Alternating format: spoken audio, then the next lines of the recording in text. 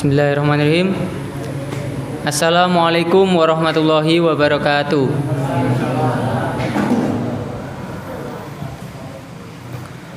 Alhamdulillahirabbil alamin.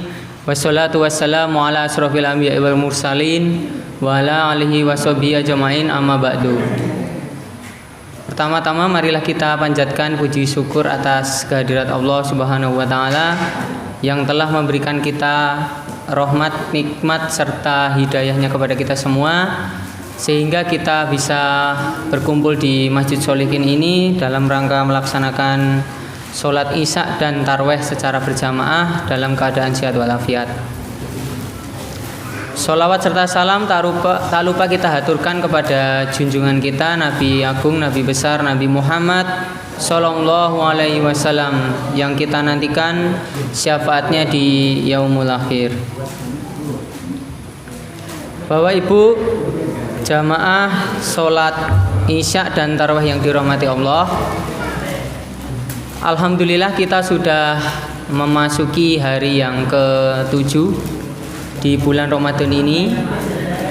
Ibarat kita sedang mencapai suatu tujuan, kita ini baru mendapat seperempat jalan. Dari masih 3 minggu lagi. Nah, ini Bapak Ibu semua masih semangat nggih? Alhamdulillah. Paling nanti ibu-ibu yang mungkin yang berhalangan karena sedang haid ya. Untuk bapak-bapak dan ibu-ibu semuanya, kita berdoa semoga kita diberikan keistiqomahan oleh Allah sehingga kita bisa beribadah seoptimal mungkin di bulan Ramadan ini, sehingga kita bisa mendapatkan kemenangan di hari raya Idul Fitri. Bapak Ibu jamaah sholat isya dan taraweh yang dirahmati Allah, menurut penelitian bahwa manusia itu di zaman sekarang ini, penelitian dari seorang dokter ahli neuroscience di Universitas UHAMK, bahwa manusia itu hanya bisa berkonsentrasi secara optimal itu maksimal 20 menit Bapak Ibu. Jadi kalau sudah lebih dari 20 menit itu sudah tidak optimal. Mungkin ya sudah ada ngantuknya, sudah ada capeknya dan lain sebagainya. Oleh karena itu pada kultum kali ini mungkin saya akan menyampaikan singkat saja, yang penting semoga bisa diambil manfaatnya. Bapak Ibu yang dirahmati Allah, perlu kita mengetahui bahwa dalam mendidik anak itu dalam Islam kita sudah diberikan tips-tips, cara-cara untuk mendidik anak agar menjadi anak yang cerdas dan berkah. Ilmu yang dimiliki oleh anak tersebut selain cerdas juga berkah. Karena Bapak Ibu semua, banyak orang cerdas ya tapi ilmunya tidak berkah. Seperti para koruptor-koruptor itu, mereka cerdas, pinter, bisa mendapatkan jabatan-jabatan yang tinggi, namun karena tidak berkah, maka kecerdasan dan ilmunya itu tidak bisa bermanfaat bagi orang lain dan bagi agama kita. Di sini saya akan menyampaikan beberapa tips. Sebenarnya ada banyak tips dalam mendidik anak, tapi ini saya ambil 3 saja. 3 tips dalam mendidik anak yang sesuai dengan permasalahan-permasalahan di zaman yang sekarang ini. Yang pertama adalah tips yang pertama, mengajarkan adab kepada anak.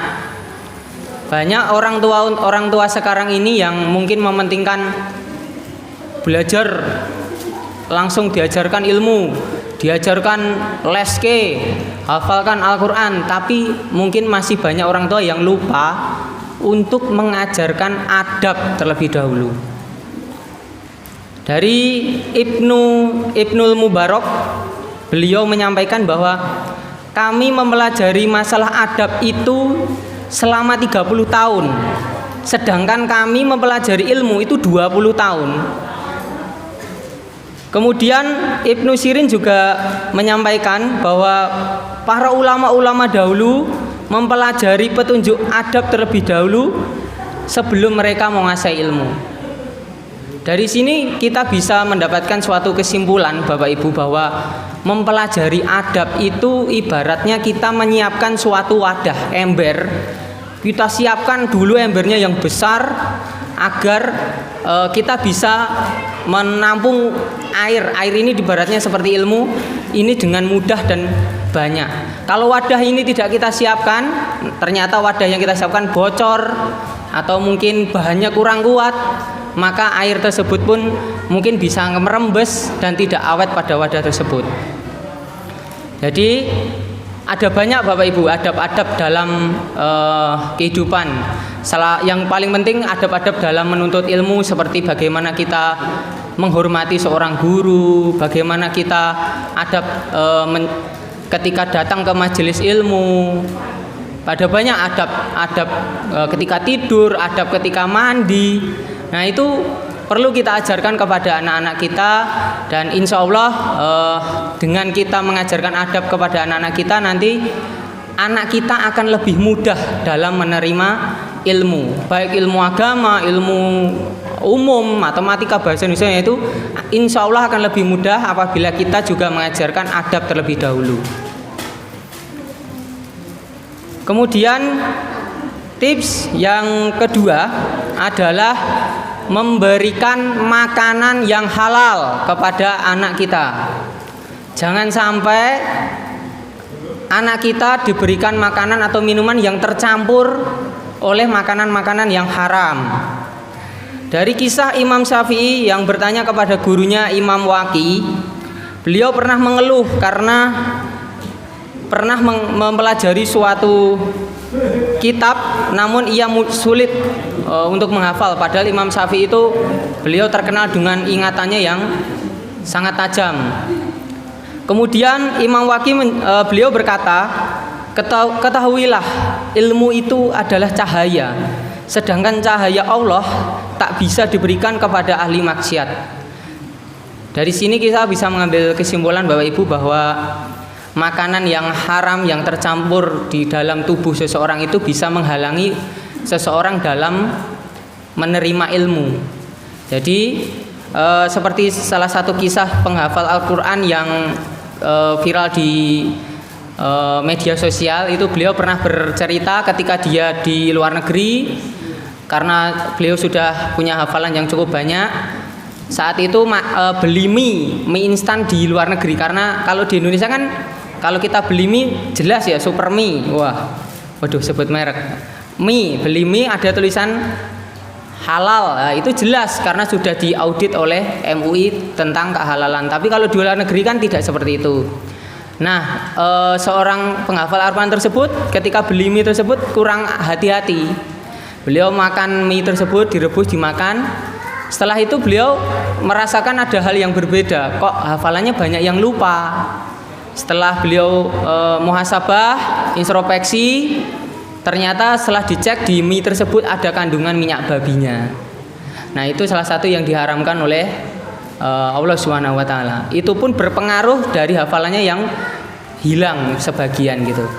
Oleh karena itu Bapak Ibu, mari kita introspeksi diri, kita jaga keluarga kita dari hal-hal yang haram. Yang penting itu halal. Insya Allah akan berkah untuk kita semua. Amin. Kemudian tips yang ketiga adalah mendoakan anak kita. Nah, ini yang mungkin perlu kita tegaskan, bahwa dalam hadis riwayat Al-Baihaqi dijelaskan bahwa tidak ada doa yang tertolak kecuali yaitu doa orang tua, doa orang yang berpuasa, dan doa orang musafir.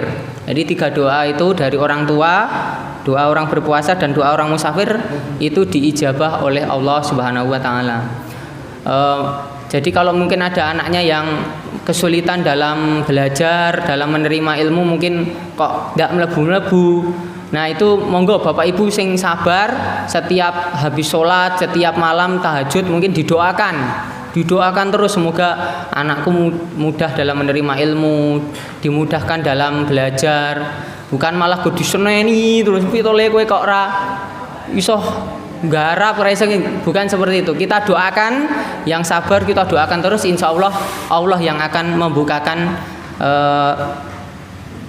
cara agar anak tersebut mudah dalam mempelajari ilmu. Begitu Bapak Ibu, 3 tips tadi. Yang pertama adalah adab, ajarkan adab. Yang kedua, berikan makanan yang halal. Dan yang ketiga adalah doakan anak kita. Begitu, mungkin semoga bermanfaat. Apabila ada salahnya saya mohon maaf. Assalamualaikum warahmatullahi wabarakatuh.